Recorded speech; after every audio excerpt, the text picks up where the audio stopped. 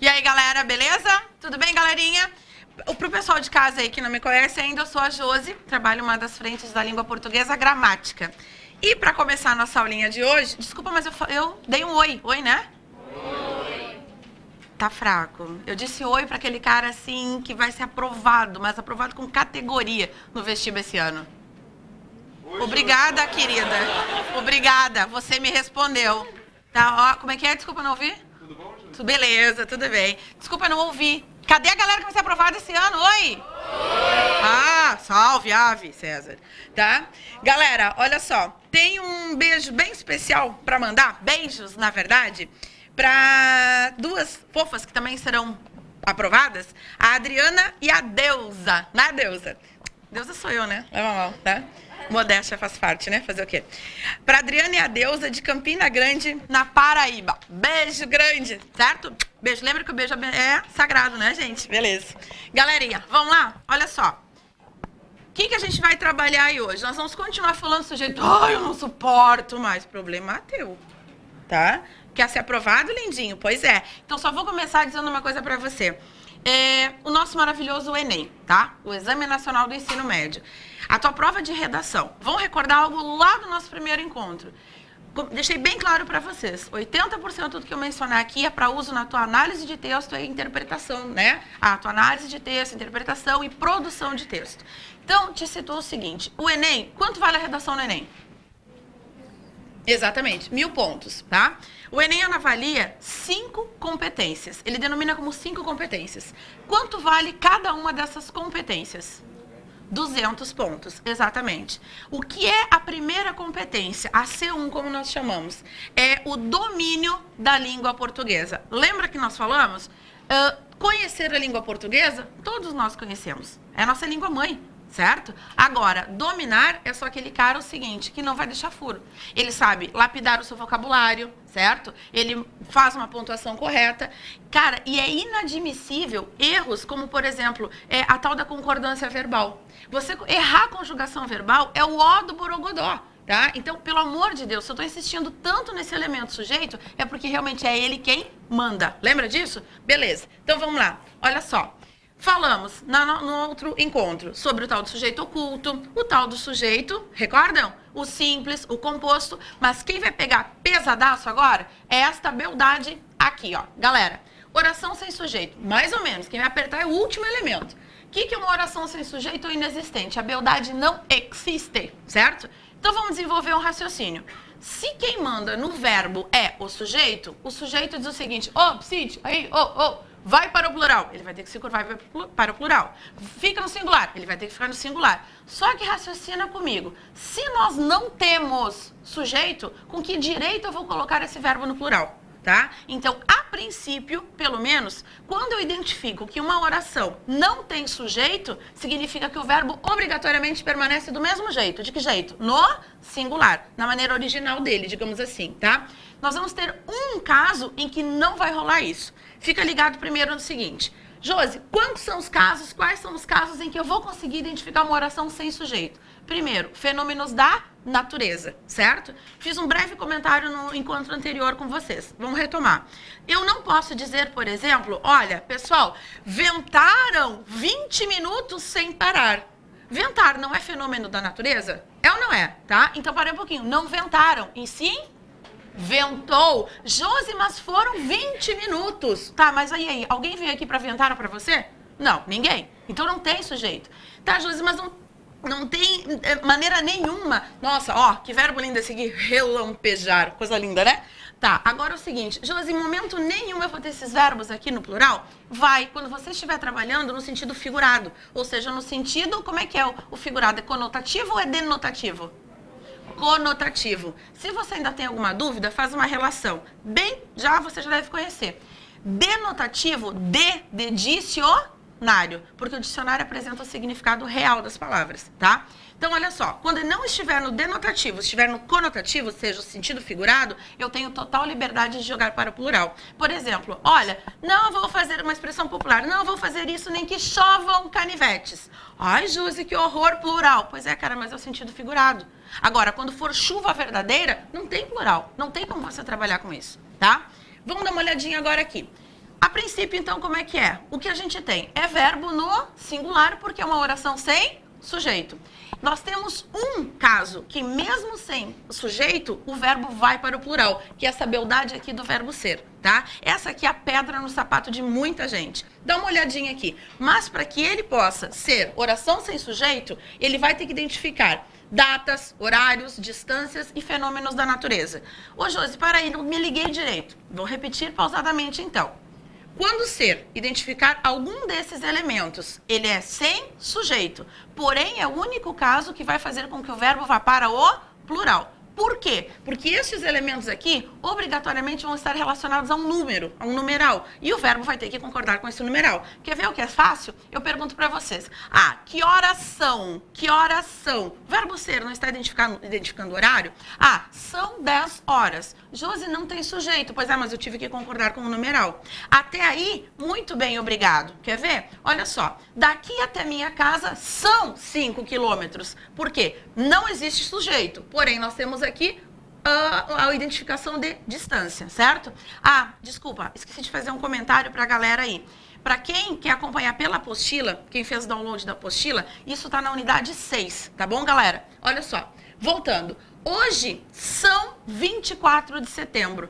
Josi, que horror, é horrível falar desse jeito, mas é o correto. Só que qual é o problema? Normalmente nós inserimos a palavra dia. Hoje é dia. Hoje é dia. Aí tudo bem, porque a concordância está sendo feita com a palavra dia. Se eu retiro a palavra dia, eu preciso fazer a concordância com quem? Com o numeral, certo? Então te liga nisso. Vamos lá, dá uma olhada agora aí. Gente, ó do Borogodó, tá? Fazer, indicando o tempo, não tem sujeito. Se não tem sujeito, eu trabalho com o singular. O que rola aqui? Fazem 10 anos que isso aconteceu. Não fazem 10 anos, e sim faz 10 anos, tá? Por quê? Não tem como trabalhar desse jeito. Ah, Josi, mas é só no presente? Cara, eu tô te dando um exemplo do verbo. Em que tempo tá isso aqui, ó? Farão. E aí, galera de casa, em que tempo tá isso? Farão, farão. Futuro, beleza. Não me interessa se está em presente, passado ou futuro. Fazer deu ideia de tempo sem sujeito. Obrigatoriamente no singular. Bora. Amanhã farão 2 anos. Amanhã, o quê? Fará. Muito bem. Josi, nesse caso aqui, olha só, o que acontece? Josi, mas não é o verbo fazer. O verbo fazer aqui, ó, ele permanece no infinitivo. Pois é, só que nós temos aqui o verbo dever atuando junto com o fazer. Ou seja, meu filho, você se casou com esta beldade que não permite plural e dando indicação de tempo. Então você, querido, vai ter que se curvar à regra, acompanhar aquele verbo ali. Ou seja, esta beldade não pode plural? Então você que está acompanhando também não pode. Olha só. Devem fazer 7 meses que moram neste condomínio. Deu ideia de tempo ou não deu? Prova pra mim que deu ideia de tempo. Tô esperando. Beleza, meses. 7 meses. Então, erradíssimo. O que eu vou ter que dizer? Deve fazer, tá? Agora, Josi, não tá legal isso. Não tá legal porque você precisa reconhecer o que é uma locução. O que é a locução? Eu tenho 2 verbos atuando juntos. E um, então, vai ter que seguir a regra do outro, tá? Beleza, vamos lá. Dá uma olhadinha. Isso aqui. Ai, ai, ai. Lembra desse trechinho aqui da Clarissa? Lembra? Pois é. O haver, galera, dando ideia de existência. Por que as pessoas têm tanta dificuldade, o brasileiro tem tanta dificuldade com o verbo haver? A gente foge do verbo haver. Vai dizer que não é assim. Dificilmente você vai encontrar uma pessoa que diga o seguinte: há um copo sobre a mesa. Como é que normalmente a gente diz? Tem um copo ali. É ou não é assim, tá? E aí, o que acontece? A gente fica nesse vício do coloquialismo, porque usar o verbo ter, dando ideia de existência, é coloquialismo. O que é uma linguagem coloquial?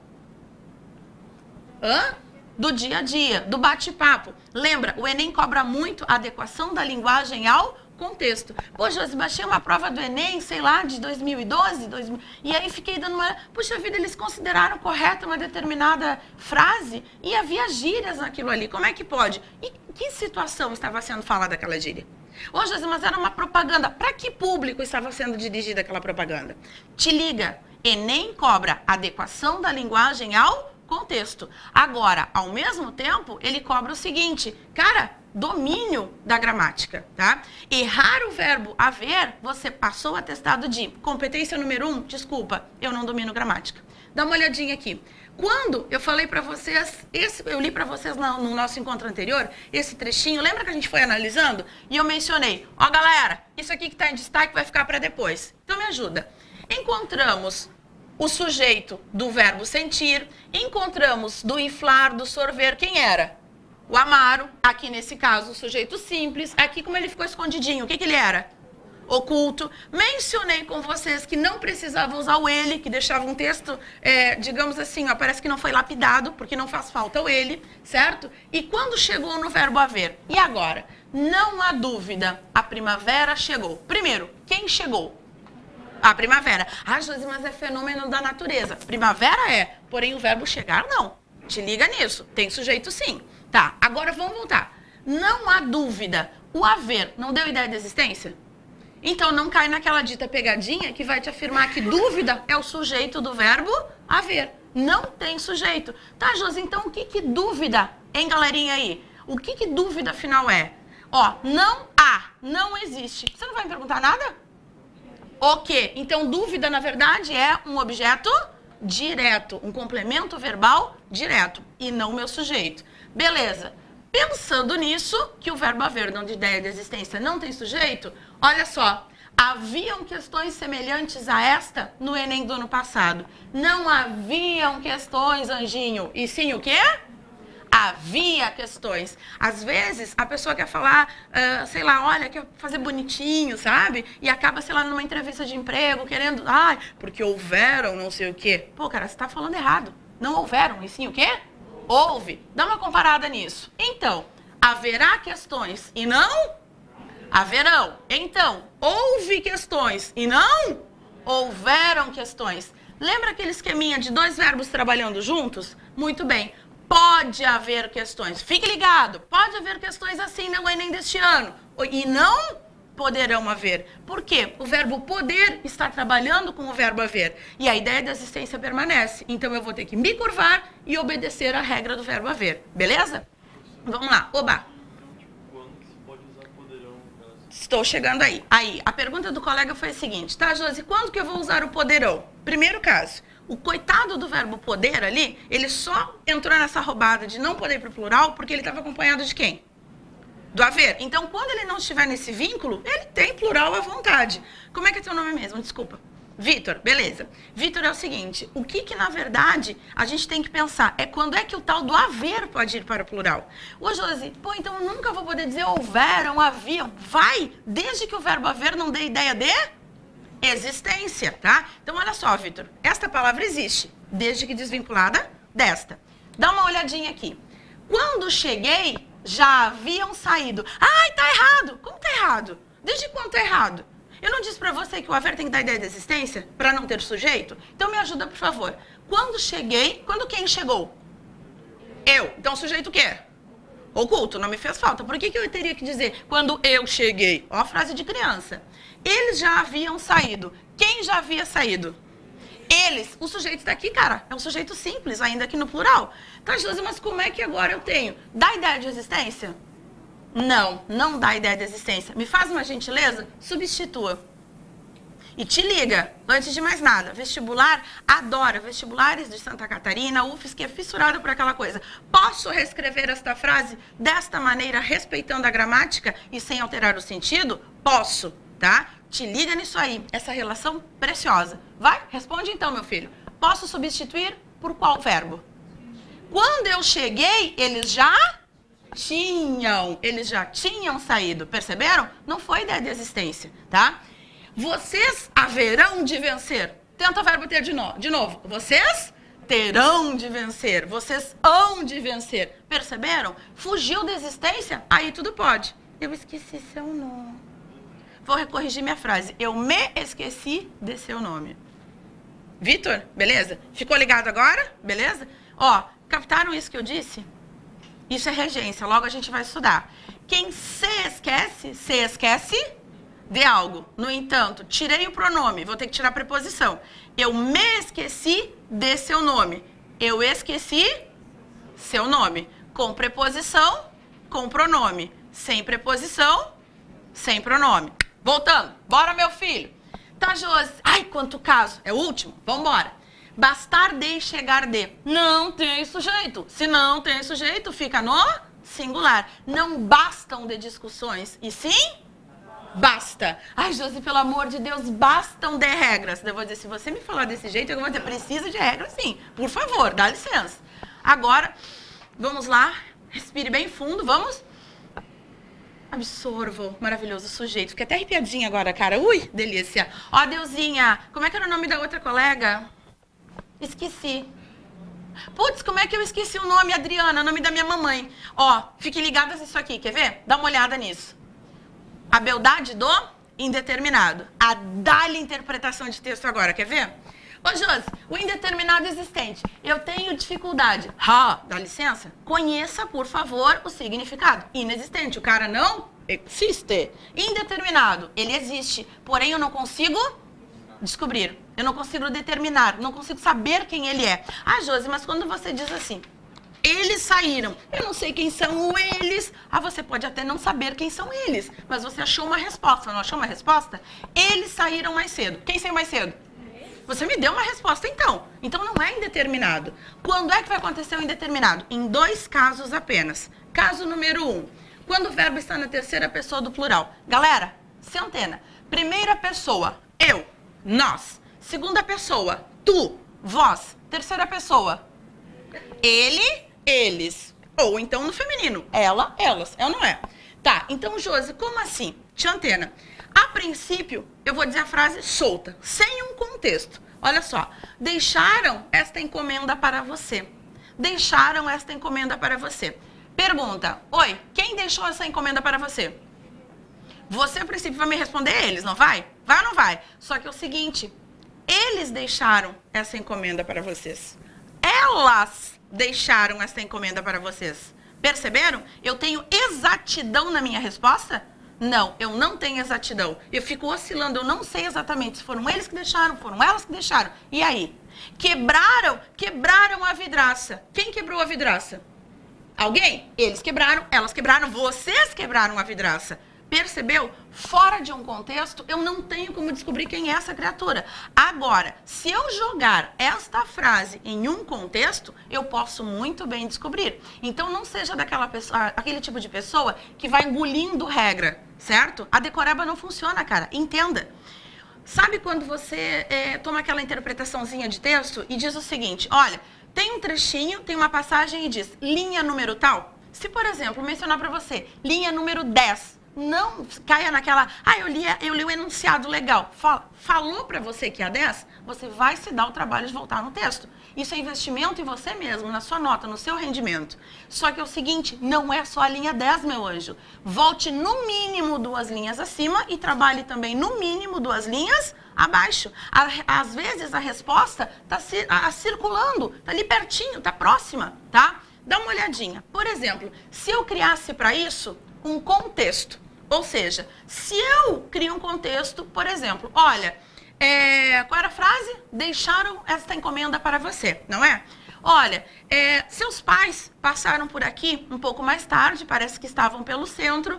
Seus pais passaram por aqui um pouco mais cedo, parece que estavam pelo centro, passaram a tarde no centro, fizeram questão de dar um pulo aqui no pré e deixaram esta encomenda para você.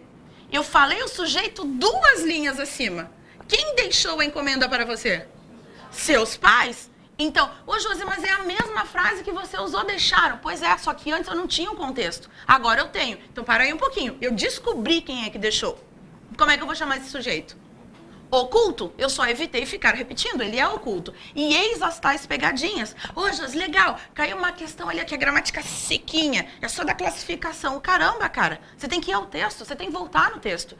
Lembra aquele termo? Gramática contextualizada. finalizada, tá? E é isso que você precisa fazer quando produz o seu texto também. Bora, meu filho! Cheguei! Ô, delícia! Agora a gente vai se divertir. Galera, segundo caso e último. O verbo na terceira pessoa do singular.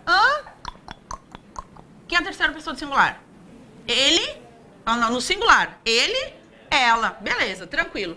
Mas a palavra ser. Não me interessa se esse ser está depois do verbo ou se o ser está antes do verbo, tá? O que vai rolar aqui? Dá uma olhadinha. Meus avós contam que se vivia muito bem naquela época. Ninguém era escravo do relógio. Me dá, por favor, o sujeito do verbo ser. Quem não era escravo do relógio? Desculpa. Estou entregando a resposta. Ninguém era escravo do relógio. Cadê o sujeito?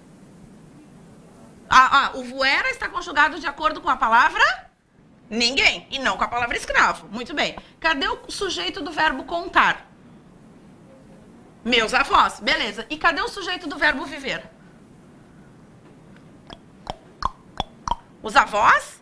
Mas os avós é plural. Se fossem os avós, eu não teria que ter o verbo no plural para concordar? É ou não é?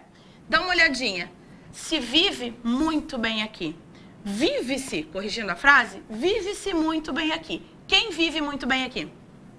Josi, sei lá, as pessoas de um modo geral. Pois é, mas as pessoas de um modo geral não respondem de modo específico a sua pergunta. Cada vez que você tiver esta situação, desculpa, mas você não conseguiu descobrir quem era o seu sujeito. Não vai rolar, não vai dar certo. Olha só, o que você tem que pensar. Galera, eu espero que esteja bem firme essa história do verbo transitivo direto. Uma regrinha show de bola, olha só.